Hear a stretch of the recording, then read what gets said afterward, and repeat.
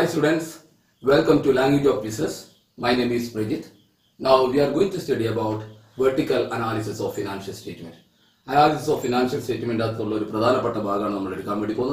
vertical analysis of financial statement.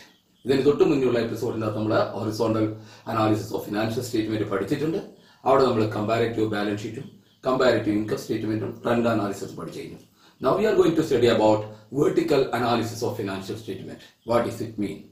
It refers to the analysis of mutual relationship between different items in the financial statement at a particular date. One financial statement different items mutual relationship with a particular date vertical analysis of financial statement. So it refers to the analysis of mutual relationship between different items in the financial statement at a particular date. One particular date, one financial statement പലതരത്തിലുള്ള items തമ്മിലുള്ള ബന്ധത്തെ അവർ തമ്മിലുള്ള റിലേഷൻഷിപ്പിനെ കാണിക്കുന്ന അല്ലെങ്കിൽ കണ്ടുപിടിക്കുന്ന ആ relationship മനസ്സിലാക്കുന്ന അനാലിസിസിനാണ് എന്ത് പറയുക vertical analysis of financial statement എന്ന് പറയുന്നത്.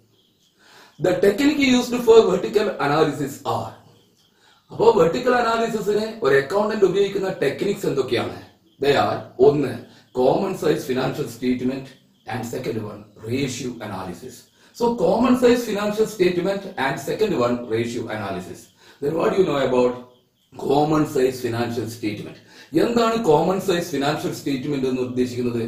Common size financial statement is a statement in which the data or figures shown in the financial statements are converted into percentage taking some common base.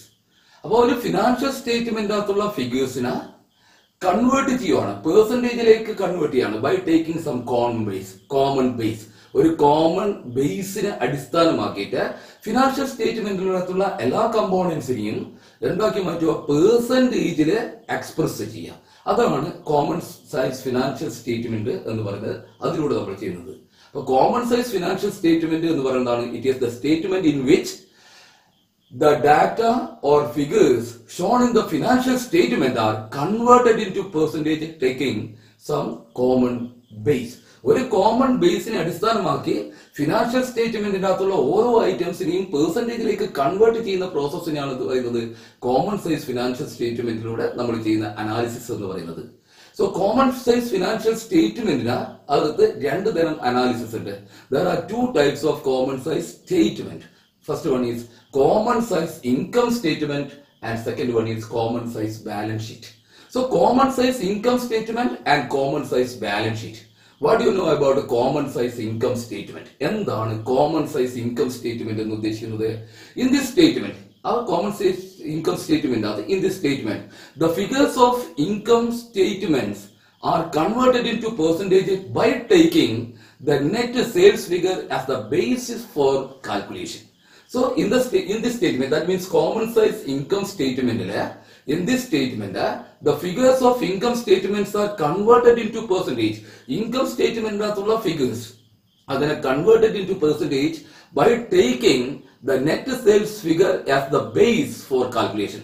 സെയിൽസിന് ഒരു base ആയിട്ട് എടുത്തുകൊണ്ട് income statement അകത്തുള്ള ഓരോ ഐറ്റംസും സെയിൽസിന്റെ എത്ര ശതമാനമാണ് എന്ന് കണ്ടുപിടിച്ച് കാണിക്കുന്ന സ്റ്റേറ്റ്മെന്റ് ആണ് കോമൺ സൈസ് ഇൻകം സ്റ്റേറ്റ്മെന്റ് എന്ന് പറയുന്നത്. സോ ഇതിനകത്ത് വരുന്ന അതുകൊണ്ട് തന്നെ sales figures are taken as 100%. Sales figure 100% ആയിട്ട് എടുക്കുക. കാരണം because sales figures are taken as the base for calculation. Sales ഫിഗറിനെ അടിസ്ഥാനപ്പെടുത്തിയിട്ടാണ് മറ്റുള്ളതിന്റെ പെർസെന്റേജ് കണ്ടുപിടിക്കുന്നത് കൊണ്ട് തന്നെ സെയിൽസ് ഫിഗേഴ്സ് എപ്പോഴും 100% ആണ്. And all other items of income statements are expressed as a percentage on net sales. Income statement ആക്കുള്ള മറ്റുള്ള എല്ലാ ഐറ്റംസും സെയിൽസിന്റെ എത്ര ശതമാനമാണ് എന്നാണ് ഇതിലൂടെ കണ്ടുപിടിക്കുക. ഇതാണ് ഇതിനകത്ത് എക്സ്പ്രസ് ചെയ്യുന്നത്.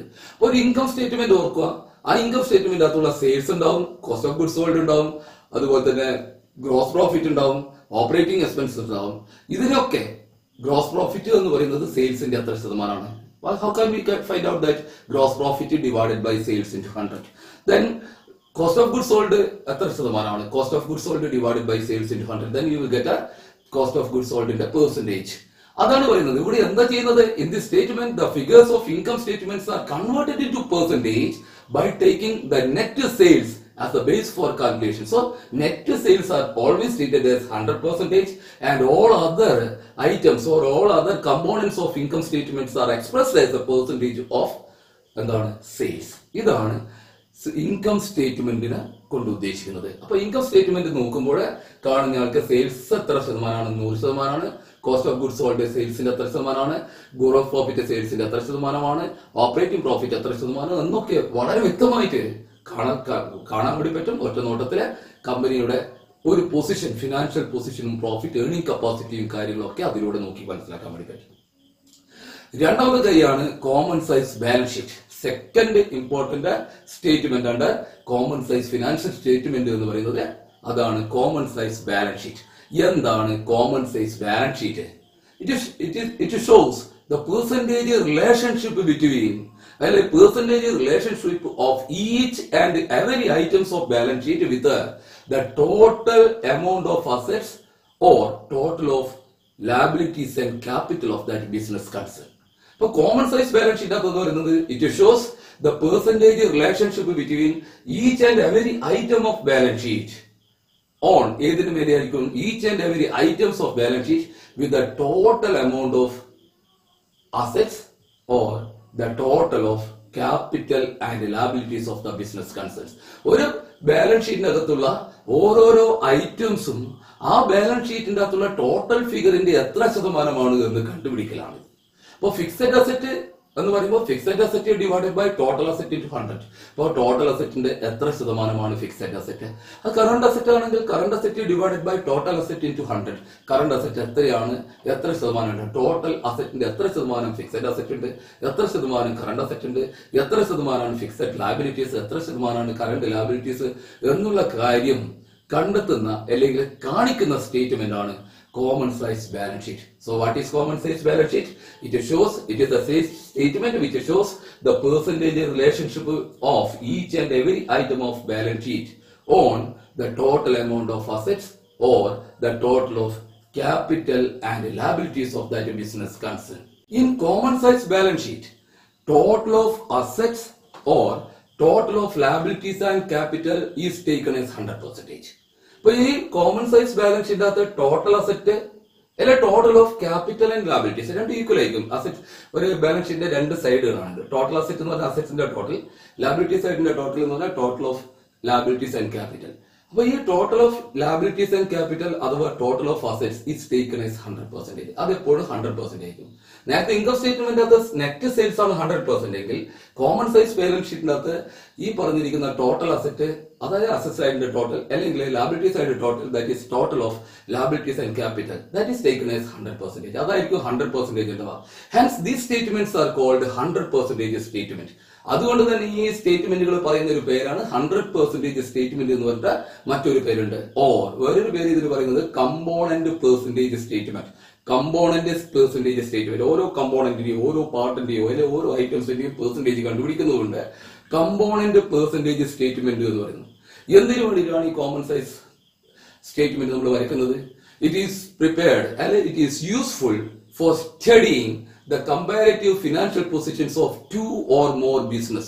രണ്ടോ അതിലധികമോ ബിസിനസ്സുകൾ തമ്മിലുള്ള കമ്പാരിറ്റീവ് ഫിനാൻഷ്യൽ പൊസിഷൻ നമുക്ക് പഠിക്കാൻ വേണ്ടി സഹായിക്കുന്നത്. It is useful for studying the comparative financial position of two or more business. Now the second one accounting ratio. എന്താണ് അടുത്തതായിട്ട് നമ്മൾ പഠിക്കുന്നത്? അക്കൗണ്ടിംഗ് റേഷ്യോ ആണ്. It is the relationship between two interconnected accounting figures expressed mathematically. എന്താണ് accounting ratio എന്ന് പറഞ്ഞാൽ? It is the relationship between two interconnected accounting figures expressed mathematically. ഒരു രണ്ടോ അതിലധികമോ ഇന്റർകണക്റ്റഡ് ആയിട്ടുള്ള പരസ്പര പൂരകങ്ങളായിട്ടുള്ള അക്കൗണ്ടിംഗ് ഫിഗേഴ്സ് തമ്മിലുള്ള ബന്ധത്തിനെ മാത്തമാറ്റിക്കലി എക്സ്പ്രസ് ചെയ്യുന്നതിൽ അതിനാണ് അക്കൗണ്ടിംഗ് റേഷ്യോ എന്ന് പറയുക. So what is accounting ratio? It is the relationship between two interconnected accounting figures expressed in mathematically. ഒരു ഫിനാൻഷ്യൽ സ്റ്റേറ്റ്മെന്റ് അകത്തുള്ള ഒന്നിലധികം അല്ലെങ്കിൽ രണ്ട് അക്കൗണ്ടിംഗ് ഫിഗേഴ്സ് തമ്മിലുള്ള റിലേഷൻഷിപ്പ് മാത്തമാറ്റിക്കലി എങ്ങനെയുള്ള അക്കൗണ്ടിംഗ് ഫിഗേഴ്സ് ആണ്? ഇന്റർകണക്റ്റഡ് അക്കൗണ്ടിംഗ് ഫിഗേഴ്സ് ആണ്. പരസ്പര ബന്ധമുള്ള പരസ്പര പൂരകങ്ങളായിട്ടുള്ള രണ്ട് അക്കൗണ്ടിംഗ് ഫിഗേഴ്സ് തമ്മിലുള്ള ബന്ധത്തെ മാത്സിന്റെ സഹായത്തോടുകൂടി നമ്മൾ എക്സ്പ്രസ് ചെയ്യുന്നുണ്ടെങ്കിൽ അതിനെയാണ് അക്കൗണ്ടിംഗ് റേഷ്യോ എന്ന് പറയുന്നത്. So what is accounting ratio?